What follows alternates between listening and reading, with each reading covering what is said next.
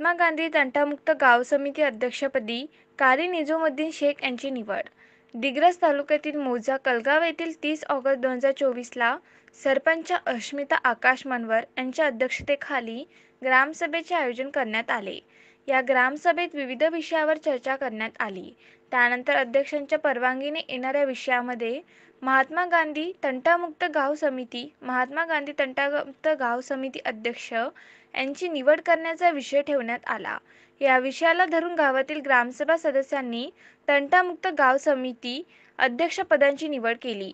त्यामध्ये सामाजिक कार्यकर्ते कारी निजामुद्दीन यांच्या नावाला एकमताने फेरनिवड करून महात्मा गांधी तंटामुक्त समिती अध्यक्ष करण्यात आले.